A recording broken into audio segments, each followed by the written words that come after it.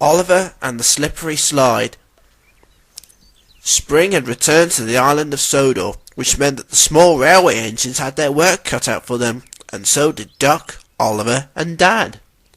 The three engines often had to take more than their usual amounts of ballast trucks down the Little Western and take them to the big station yards. Donald and Douglas often helped too, but they were needed at other places, so they couldn't always help. Despite that, the three engines and their crews never once gave up. They kept on going. There was one problem, however. The constant rainstorms that came, rain would pour down hard almost every day. As a result of it, the sand on the rails would be washed away. One wet morning, Duck was backing his ballast trucks under the chute. He was going slowly. As he approached the buffers, he tried to stop, but thanks to the rainstorm washing the sand away, Duck found out that he couldn't. "Help!" Duck cried. "I'm trying!" cried his driver. Try as his driver might, Duck continued on until his trucks went bashing into the buffers with a bang. "Oof!" he groaned. Mike and Oliver had seen everything and couldn't help themselves but laugh. "You need to be a little more careful, Duck," called Mike. "The best engines stay in control." Oliver agreed and puffed away to the coaches, still laughing. Duck just ignored the rude remarks and waited patiently for the ballast to be loaded into his trucks. Mike continued to tease him. "I guess you're not one of the best engines if you can't stay in control," he chuckled. "And here we thought you never made mistakes." "Every engine makes mistakes," said Duck firmly. "Besides, I couldn't help that slide. It was because of the rain." "So you say," Mike chuckled. "Why, I bet Oliver could do better." By this time, Duck's trucks were finally loaded up to the top with ballast, and he had to go. He never once replied back to Mike, even with the little red engine teasing him. "Slip and slide, you might want to watch your ride," Mike called in a teasing way. The next morning it was raining again, and it was Oliver's turn on the ballast runs while Duck and Dan were to do the passenger runs. Oliver was still teasing Duck when Douglas arrived. "What's this?" he asked. "Why are you teasing Duck?"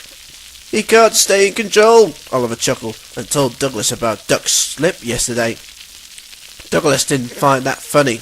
"You shouldn't be teasing Duck, you know what they say. What goes around comes around." Oliver wasn't paying attention.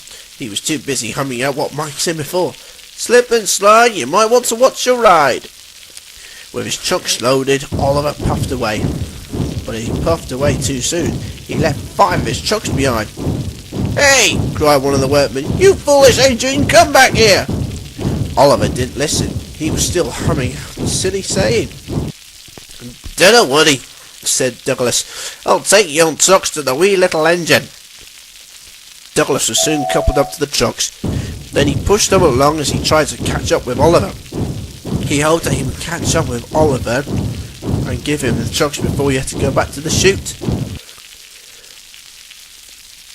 What he didn't know was that Oliver had stopped at a signal before reaching the hill, and Oliver didn't know that Douglas was coming his way. It wasn't long before Douglas caught up with Oliver.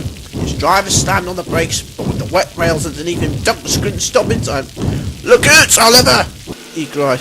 "What?" Oliver cried. Suddenly, without warning, Oliver felt a huge bump from behind him. Oliver was pushed forward and passed the signal before stopping. "Sorry, Oliver," Douglas called. "I didn't mean to run into you like that." "It's okay," Oliver called. "We're all right."